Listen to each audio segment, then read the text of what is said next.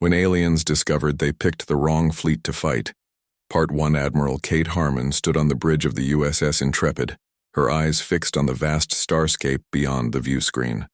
The ships of the 7th Expeditionary Force moved in perfect formation around her flagship, their hulls gleaming under the distant light of the sun. "Status report," she said, her voice calm and measured. Lieutenant Commander John Blackwell looked up from his tactical station. "All ships reporting normal. Operations, Admiral. Patrol exercise Delta 7 is proceeding as planned." Admiral Harmon nodded, satisfied. The 7th Expeditionary Force consisted of 3 battleships and 7 support vessels, a modest but capable representation of Earth's defense fleet.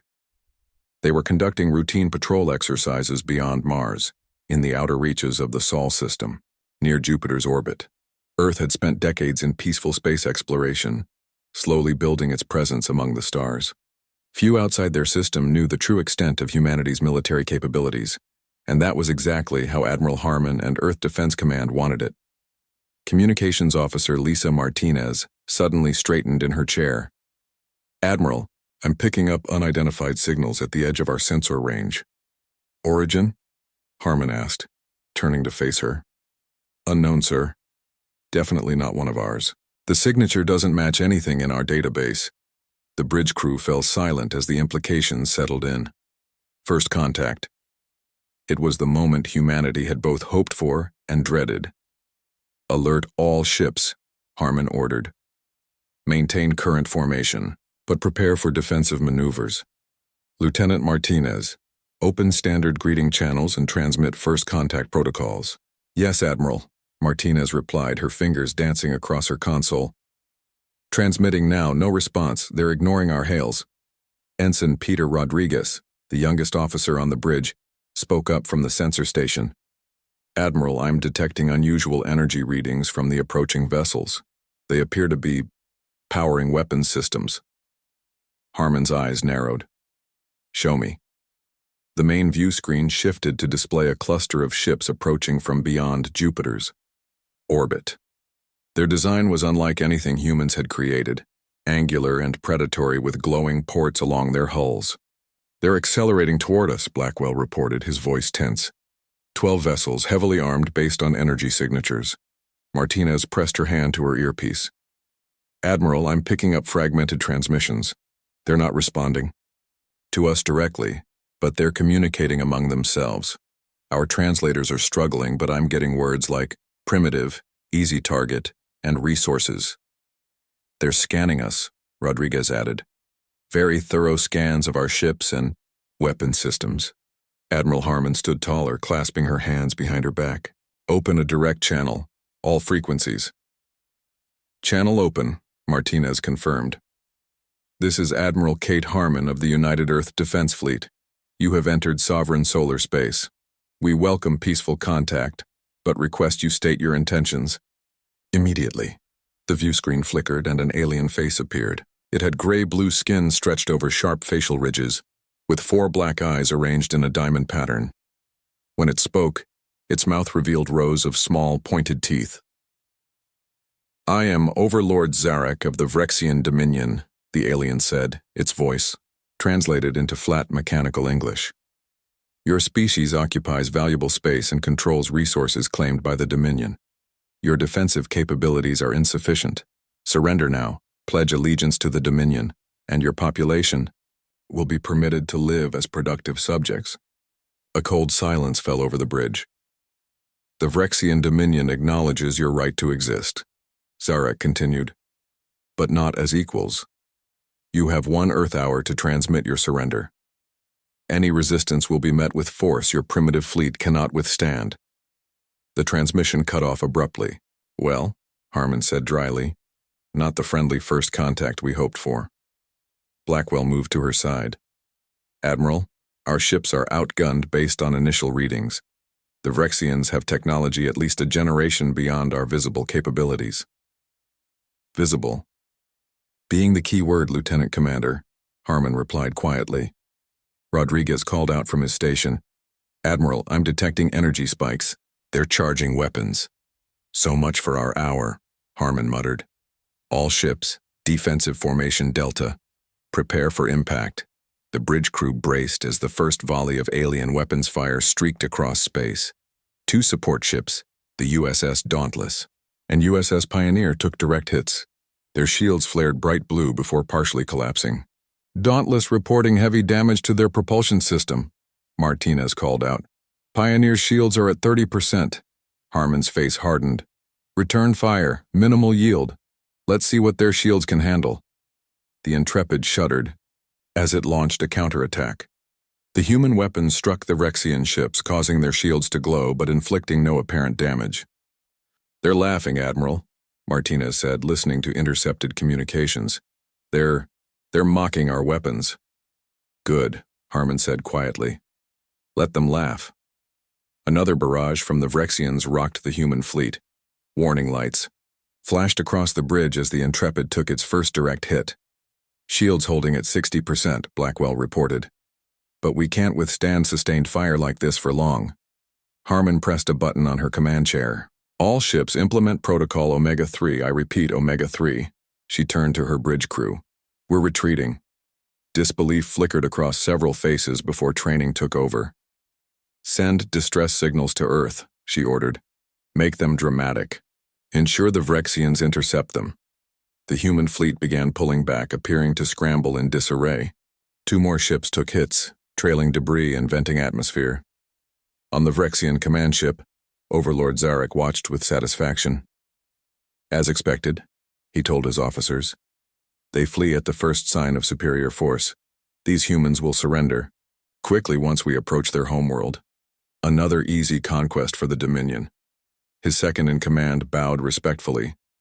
The database indicated they were a fractious, primitive species with minimal space combat experience. Their vessels show only basic weapon technologies. "Pursue them," Zarek ordered.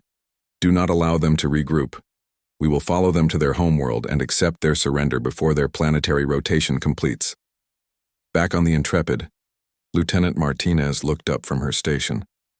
"They're following us, Admiral. All Vrexian vessels in pursuit, just as you predicted." Admiral Harmon allowed herself a small smile. "Of course they are. They think they've found easy prey." She turned to Blackwell. "Send encrypted burst transmission to Luna Command. Tell them to prepare the welcome party." "Yes, Admiral," Blackwell responded, unable to hide his grim smile.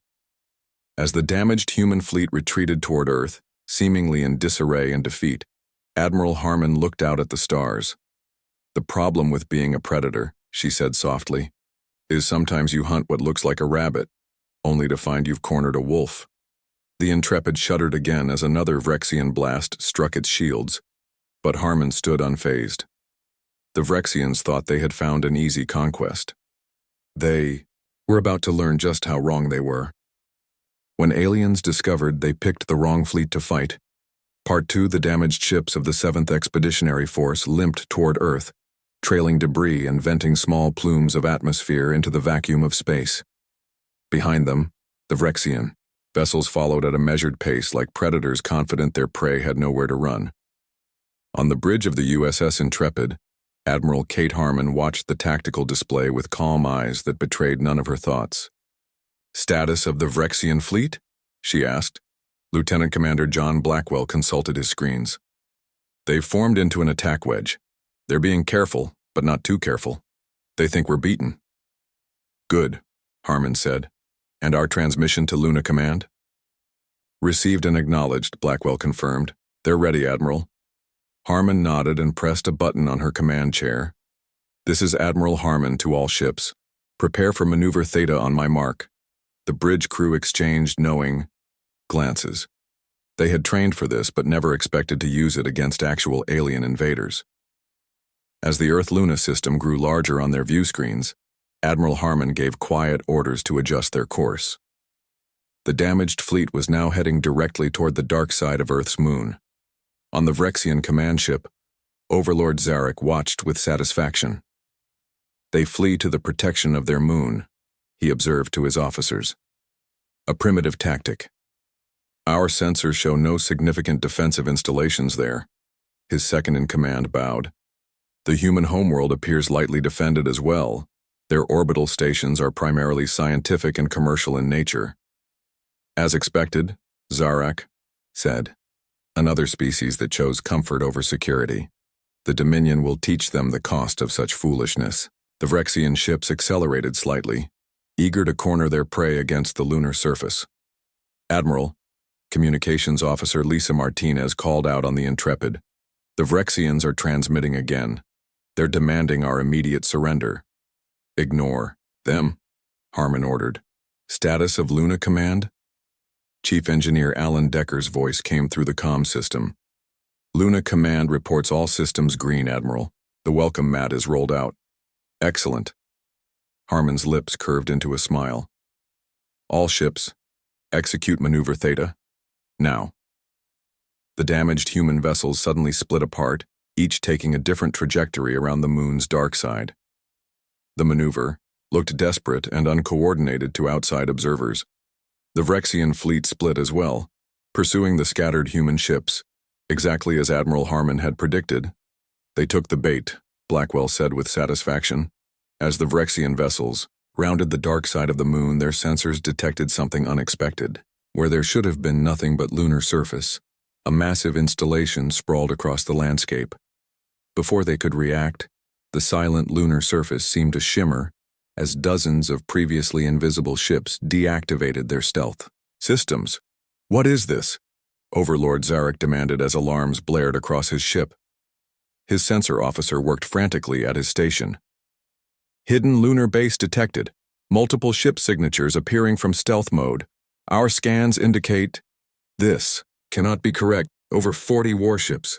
On the largest of these newly revealed vessels, the USS Defiant, Captain Gregory Howard stood on his bridge. All ships, this is Captain Howard. Defensive screen formation. Weapons free. The hidden fleet moved with practiced precision, surrounding the scattered Vrexian vessels. These were not the simple ships the aliens had damaged earlier. These warships bristled with advanced weapons systems, their hulls marked with battle honors from decades of training exercises. Back on the Intrepid, now safely behind the protective screen of Earth's true defense fleet, Admiral Harmon opened a channel. Attention Vrexian vessels. This is Admiral Kate Harmon of the United Earth Defense Fleet. Perhaps we should discuss terms again. On his command ship, Overlord Zarak stared in disbelief at the tactical display showing his vessels now surrounded by a far superior force. How is this possible? He demanded. Our intelligence indicated minimal defense capabilities. His intelligence officer trembled. They hid them, Overlord. The humans concealed their true military strength.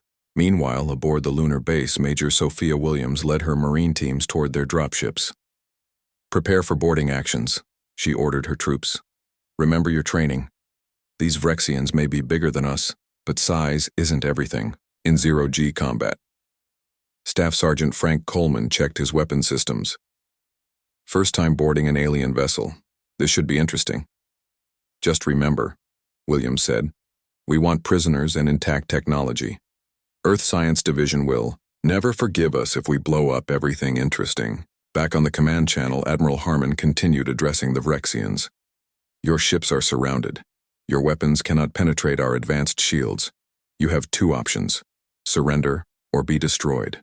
She paused, then added, I'll give you 1 Earth hour to decide. That seems fair, doesn't it?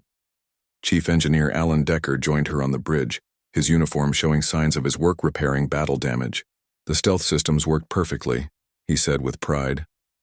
The Vrexians never knew what we had hiding here. Humanity learned long ago to keep our cards close, Harmon replied. We've spent generations preparing for this possibility. On the view screen, the Vrexian vessels held position, caught in the trap. They're trying to communicate with their homeworld, Martinez reported, but we're jamming their long-range signals. Good, Harmon said. I want them isolated. Vice Admiral Daniel Carter's face appeared on a secondary screen. Admiral Harmon, the reserve fleet is in position. Luna Command has activated all defensive platforms. Earth is secure. Thank you, Admiral Carter, Harmon replied. Let's hope the Vrexians are smart enough to recognize when they're outmatched. The hour passed slowly. On the Vrexian command ship, Overlord Zarak faced an impossible situation. His forces were outnumbered, surrounded, and cut off from communication with the Dominion. The humans had revealed military technology that their intelligence had never detected. "Overlord," his second-in-command said quietly. "We cannot win this battle." Zarek snarled in frustration. "The Vrexian Dominion does not surrender." "Then we die here," the officer replied simply. "And the Dominion learns nothing of these humans and their deception." Finally, a transmission came from the Vrexian command ship. Overlord Zarek's face appeared on the Intrepid's view screen, his four eyes blinking in what might have been anger or fear. "Admiral Harmon," he said stiffly, "the Vrexian Dominion requests a ceasefire to discuss terms." Harmon allowed herself a small smile. "A wise decision, Overlord. Prepare to receive our boarding parties. They will ensure your weapons are powered down." As the communication ended, Blackwell turned to his admiral. "Do you think they've learned their lesson?" Admiral Harmon looked at the tactical display showing the trapped Vrexian fleet surrounded by Earth's true defensive might. "Lesson 1, perhaps," she said. "Never judge a species by its patrol boats. But I suspect the Vrexians have many more lessons to learn about humanity." Beyond the view screen, the Earth hung like a blue jewel against the blackness of space, appearing peaceful and vulnerable. Its true strength, like that of the species that called it home, lay hidden beneath the surface, revealed only when needed. When aliens discovered they picked the wrong fleet to fight, Part 3 Major. Sophia Williams led her Marine boarding team through the airlock connecting their shuttle to the Vrexian command ship. The soldiers moved with practiced precision, their combat suits allowing them to adapt instantly to the alien vessel's different gravity and atmosphere. "Remember, secure the command center first," Williams said over the team channel. "Staff Sergeant Coleman, take your squad and locate their engineering section." "Yes, Major," Coleman replied, gesturing to his team to branch off down a side corridor. The interior of the Vrexian ship was strange to human eyes. The corridors were taller and wider than human standards, with odd angles and pulsing lights embedded in the walls. The air smelled slightly metallic. Williams consulted the scanner on her wrist. "Command center should be 2 levels up. Stay alert for resistance."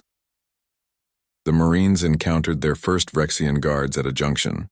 The aliens were tall, nearly 7 feet in height, with powerful builds and weapons that looked like they could punch through tank armor, but they were clearly unprepared for the speed and tactics of human Marines trained in boarding operations. Before the Vrexians could aim their weapons, Williams' team had stunned them with non-lethal energy pulses. "Secure them," Williams ordered. "Dr. Patterson, you're up." Dr. Michelle Patterson, the xenobiologist attached to the boarding team, quickly examined the unconscious aliens. "Fascinating physiology," she murmured. "Their muscle density is remarkable. They evolved on a high-gravity world, I'd guess." "Can you tell us anything useful for the mission?" Williams asked. Patterson nodded. "They have enhanced visual range, but seem to have poor peripheral vision. Use that to your advantage. And based on their ear structure, they might be sensitive to high-frequency sounds." Lieutenant Commander Jason Miller, the intelligence officer, was already hacking into a wall. "Terminal. I'm accessing their systems. Their security is advanced but predictable. They don't seem to design for counter-intrusion." "Meaning?" Williams asked. "Meaning they don't expect anyone to fight back once conquered," Miller explained, his fingers moving across the alien interface. "I'm getting ship schematics now." Throughout the Vrexian ship, similar scenes played out as human boarding teams systematically took control. The Vrexians fought bravely, but were clearly unprepared for close-quarters combat with human special forces. On the bridge of the USS Intrepid, Admiral Harmon received updates from the boarding teams. "Multiple Vrexian vessels secured, Admiral," Lieutenant Commander Blackwell reported. "Major Williams reports minimal resistance on the command ship." Harmon nodded. "And their weapon systems? Powered down and secured. Their technology is impressive, but their tactics are lacking."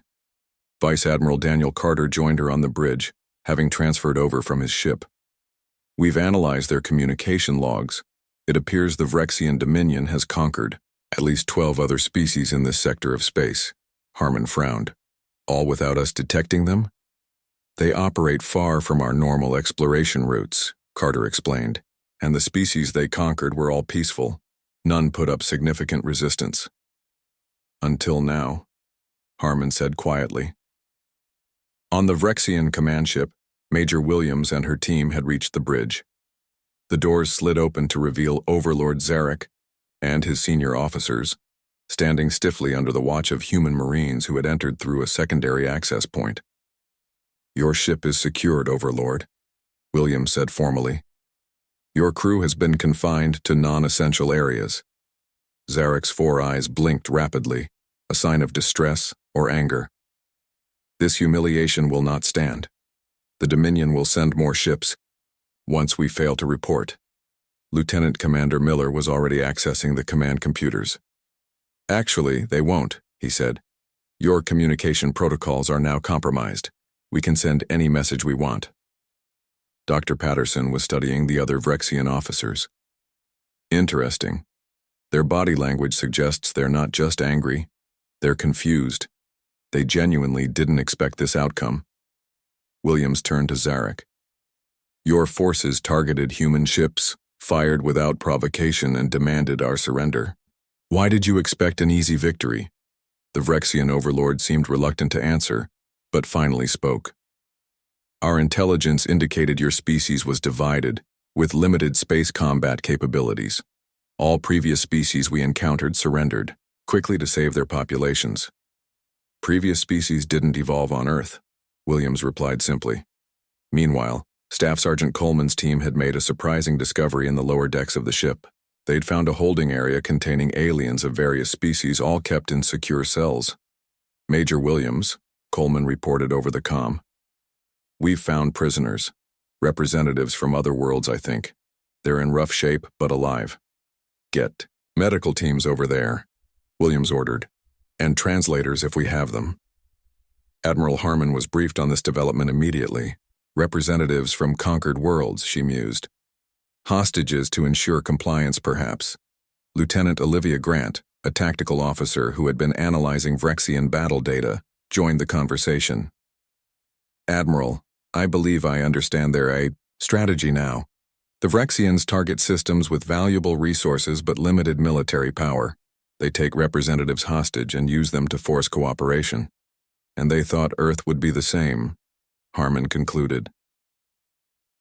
As human forces secured the Vrexian fleet, Dr. Benjamin Wallace, the lead scientist assigned to study their technology, made an important discovery. Admiral, he reported to Harmon, their shields operate on a completely different principle than ours. They're designed to stop energy weapons similar to their own, but they have a significant vulnerability to focused kinetic impacts, meaning? Harmon asked. Meaning our older railgun technology, which we consider outdated, would tear right through their defenses, Wallace explained. Their whole technological development took a different path than ours. Lieutenant Grant immediately saw the tactical implications. We could reactivate our mothballed railgun platforms. If they send more ships, we'd have the perfect counter. In the space between Earth and Mars, the Vrexian ships now floated powerless, surrounded by the full might of Earth's defense fleet. What had begun as an invasion had turned into a stunning defeat for the alien forces. President Natalie Jordan, speaking from Earth Defense Headquarters, addressed Admiral Harmon via secure channel. The Security Council has reached a decision, she informed Harmon. We will not simply defend Earth. We will liberate the species subjugated by the Vrexian Dominion. Harmon raised an eyebrow. That's an ambitious goal, Madam President. We now have their star charts, their technology, and their tactics, and President Jordan replied. Most importantly, we have their prisoners, who can guide us to their homeworlds. On the Vrexian command ship, the alien prisoners were being treated by human medical teams. One of them, a slender being with iridescent skin, spoke through a translator to Dr. Patterson. We never believed rescue would come, the alien said. Our world surrendered to prevent destruction. All worlds surrender to the Dominion. Not all worlds, Patterson corrected gently. Not Earth. As the sun set over North America, Admiral Harmon stood in the observation deck of the Intrepid, looking down at the blue planet. Earth had faced its first interstellar threat, and not, only survived but prevailed. Lieutenant Martinez, she called to the communications officer who had joined her, send word to all Earth defense installations. As of today, we are at war with the Rexian Dominion, but more importantly, we are now protectors of every world they've conquered. Martinez nodded. Do you think we're ready for that responsibility, Admiral? Harmon watched as shuttles transported captured Vrexians to holding facilities on the lunar surface. We'd better be, she said quietly, because the galaxy just got a lot smaller and a lot more dangerous. When aliens discovered they picked the wrong fleet to fight, Part 4-2. Weeks after the failed Vrexian invasion, Earth was buzzing with activity. Shipyards that had been hidden in asteroid belts and behind moons throughout the solar system now operated at full capacity. The secret was out. Humanity had been preparing for this moment for generations. On the observation deck of Luna Command, Admiral Kate Harmon met with the newly formed Galactic Liberation Council. Around the table sat not only Earth's military and political leaders, but also representatives from 6 of the species formerly enslaved by the Vrexian Dominion. Our intelligence teams have finished analyzing the Vrexian database, Lieutenant Commander Jason Miller reported. We now have the locations of all 23 worlds under Dominion control. The alien representative with iridescent skin, who had introduced himself as Ambassador Zrel of the Novali people, leaned forward. The Vrexians hold my homeworld with just 3 capital ships. With your help, we could free my people within days. Admiral Harmon nodded thoughtfully. And that would give us a forward base of operations in that sector. Vice Admiral Carter displayed a holographic map of the region. If we strike here, here, and here, he said, pointing to 3 star systems, we can create a defensive perimeter. Before the main Vrexian fleet realizes what's happening, President Natalie Jordan, who had traveled from Earth for this meeting, studied the map. The Vrexian homeworld is well defended. We should focus on liberating the conquered worlds first. Agreed, Harmon said. We'll need to move quickly. Once the Dominion realizes their invasion force has been defeated, they'll send reinforcements. Lieutenant Olivia Grant, who had been promoted for her tactical insights during the battle, presented her analysis. Based on the Vrexian communication logs, their main fleet conducts rotation patrols. If we time our strikes correctly, we can liberate several worlds before their capital ships can respond. The meeting continued for hours, with plans being refined and resources allocated. Earth had never mobilized on this scale before, but there was a sense of unity and purpose that transcended old political divisions. Humanity had discovered that they were not alone in the universe, and their first neighbors needed their help. 2 days later, Admiral Harmon stood on the bridge of the USS Intrepid once more. But this time, her ship led a fleet of 30 vessels, a mix of Earth's most advanced warships and support craft. Their destination, the Novali homeworld, the first target in humanity's counter-offensive against the Vrexian Dominion. All ships report ready, Admiral, Lieutenant Commander Blackwell said from his tactical station. Navigator, initiate jump, drive, Harmon ordered. The Intrepid's engines hummed as they powered up the recently installed faster-than-light drive. The technology had been in development for years, but kept secret until now. Space seemed to bend around them, and in a flash of controlled energy, the Earth fleet vanished from the solar system. They emerged near the outer edge of the Novali system. The blue-green homeworld of Ambassador Zrel's people hung in space before them, with 3 Vrexian warships in orbit. The Vrexians have detected us, Communications Officer Martinez reported. They're sending warnings to their fleet. Jam their long-range communications, Harmon ordered. Major Williams, prepare your boarding teams. Lieutenant Grant studied the tactical display. Admiral, the enemy ships are moving to engage. They're forming a defensive line between us and the planet. Harmon smiled slightly. Just as we expected. Execute Operation Thunderbolt. Suddenly, from the other side of the planet, 10 more Earth ships appeared. A secondary force that had jumped in moments after the main fleet, using the planet itself to mask their arrival. The Vrexian ships are caught between our forces, Blackwell reported with satisfaction. "Open a channel," Harmon ordered. When the link was established, she addressed the Vrexian commanders. "This is Admiral Kate Harmon of the United Earth Defense Fleet. Your invasion of our system has failed. Your commander, Overlord Zarek, is our prisoner. The Novali system is now under Earth protection. Power down your weapons and prepare to be boarded." There was a long pause before a response came. The Vrexian captain appeared on screen, his four eyes blinking rapidly. "You lie," he snarled. "The Dominion is invincible. Our fleet will crush your pathetic world when they arrive." "Your fleet won't be coming," Harmon replied calmly. "We've already dispatched ships to intercept them. But if you prefer to fight, we're prepared for that too." To demonstrate her point, several of the Earth vessels powered up their weapons. Not the energy weapons the Vrexians expected, but the railguns that Dr. Wallace had identified as particularly effective against their shields.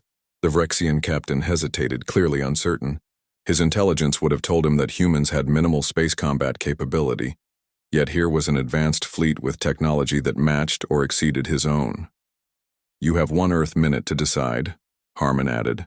"Surrender or be destroyed." Down. On the bridge's lower deck, Dr. Benjamin Wallace worked with a team of engineers, monitoring the Vrexian ship's shield frequencies. "Their shields are cycling to maximum," he reported, "but the railguns will cut through them like paper if they decide to fight." The minute ticked by slowly. Just before time expired, the Vrexian ships powered down their weapons. "A wise decision," Harmon said when the Vrexian captain reluctantly confirmed his surrender. Within hours, Major Williams and her Marines had secured all 3 Vrexian vessels. On the planet below, the news spread rapidly among the Novali people. After decades of occupation, liberation had come from an unexpected source, a species the Vrexians had dismissed as primitive and weak. Ambassador Zrel stood beside Admiral Harmon as they watched the Novali capital city from orbit. Lights were coming on across the continent as people celebrated in the streets. "My people will never forget this day," Zrel said, his voice thick with emotion. "For generations, we will tell the story of how Earth came to our aid when no one else would." Harmon nodded. "This is just the beginning. We have 22 more worlds to free." In the ship's secure conference room, Lieutenant Commander Miller had made another important discovery in the captured Vrexian data. "Admiral," he said when Harmon arrived for the briefing, "I've found references to something called the Dominion Council. It appears the Vrexians answer to some higher authority." Harmon frowned. "You mean the Vrexians aren't the top of the food chain?" "It's unclear," Miller admitted. "The references are encrypted at the highest level, but it suggests there may be larger powers at play in the galaxy." Vice Admiral Carter looked troubled. "If that's true, we could be starting something much bigger than we anticipated." Admiral Harmon gazed at the tactical display showing the locations of all known Vrexian-controlled worlds. "Then we'd better move quickly," she said. "Freedom can't wait, and neither can Earth's security." As the Earth fleet prepared for their next jump, news of the Novali liberation was transmitted back to Earth. Humanity had taken its first step onto the galactic stage, not as conquerors like the Vrexians, but as liberators. When aliens discovered they picked the wrong fleet to fight. Part 5, 3 months after the liberation of the Novali homeworld, 17 planets had been freed from Vrexian control. The United Earth Defense Fleet, now operating alongside ships from the liberated worlds, had created a new power in the galaxy, the Allied Systems Coalition. Admiral Kate Harmon stood in the grand meeting hall of the newly constructed Alliance Station, an orbital facility built at a strategic point between several freed worlds. Representatives from all liberated species had gathered for a historic summit. "The Vrexian Dominion is in retreat across all sectors," Vice Admiral Daniel Carter reported to the Assembly. "Their remaining forces have consolidated around their homeworld and 5 core systems." Ambassador Zrel of the Novali, now serving as the Alliance's chief diplomat, addressed the gathering. "For over a century, my people lived under Vrexian rule. We believed resistance was impossible. Earth has shown us otherwise." President Natalie Jordan nodded in acknowledgement. "But our work is not complete. We have intercepted communications, suggesting the Vrexians are appealing to this Dominion Council that Lieutenant Commander Miller discovered in their records. Harmon stepped forward. Which is why we must press our advantage now before any reinforcements arrive. The strategic display showed the Vrexian homeworld, a massive planet with 3 moons, all heavily fortified. Intelligence suggested over 50 warships had gathered there, the remainder of the once mighty Vrexian fleet. A direct assault would cost too many lives, Harmon continued. Instead, I propose Operation Checkmate. Lieutenant Olivia Grant, now a full commander, outlined the plan. The Vrexians expect us to attack in force. Instead, we will send a small, elite team to infiltrate their central command. Their entire defense network is controlled from a single location, a vulnerability we can exploit.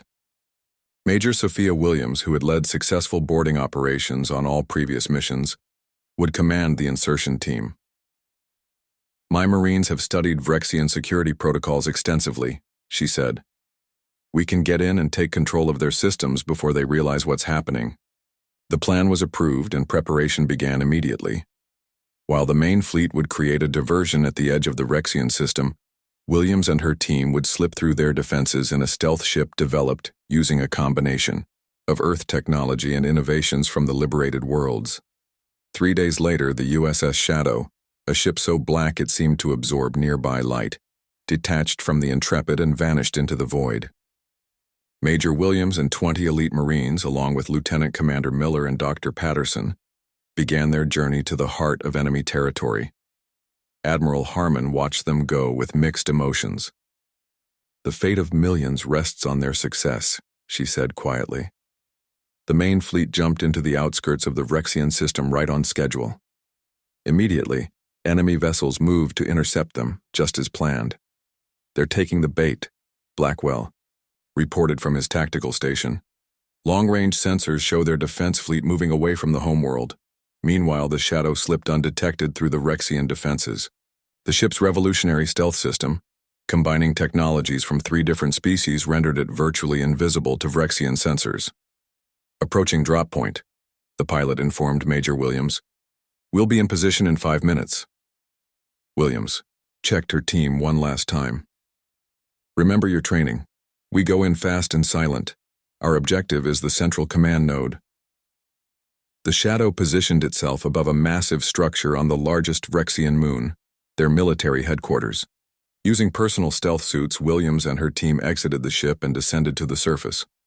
Security is lighter than expected, Staff Sergeant Coleman observed as they bypassed the outer perimeter.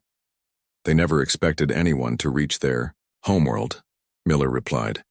Their arrogance is our advantage. The team moved through the facility with practiced efficiency. When they encountered Vrexian guards, they used non-lethal weapons that exploited the alien sensitivity to certain sound frequencies, technology developed by Dr. Patterson based on her studies of Vrexian physiology. In the main fleet, Admiral Harmon maintained the diversion, careful to keep her ships just outside effective weapons range of the Vrexian defenders. Any word from the Shadow? She asked Communications Officer Martinez.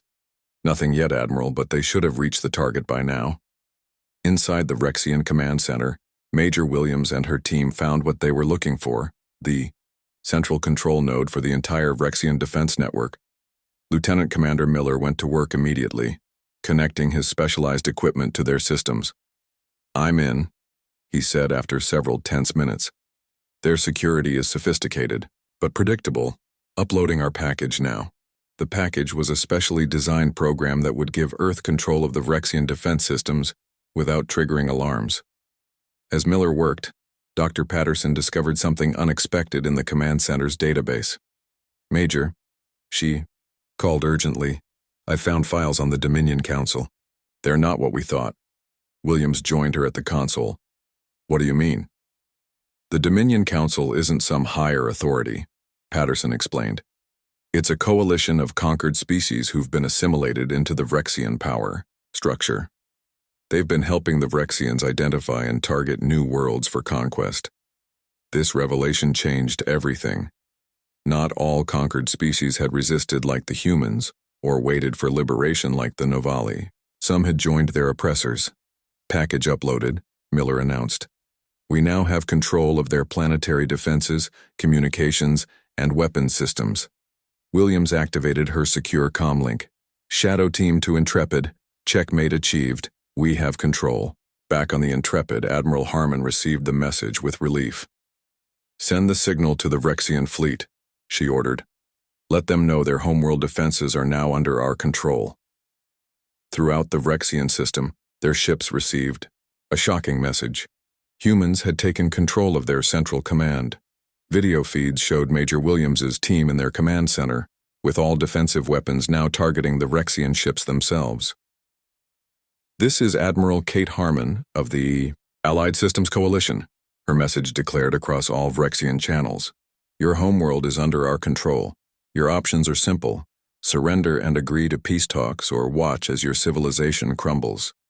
Unlike you, we don't seek to destroy, but we will if forced. The Vrexian High Command, faced with the unthinkable scenario of defeat, had no choice but to agree to terms. 1 week later, in the Grand Hall of the Vrexian High Command, now repurposed as a neutral ground for negotiations, Admiral Harmon sat across from the Vrexian Supreme Overlord. The terms are non-negotiable, she said firmly. All conquered worlds will be granted independence.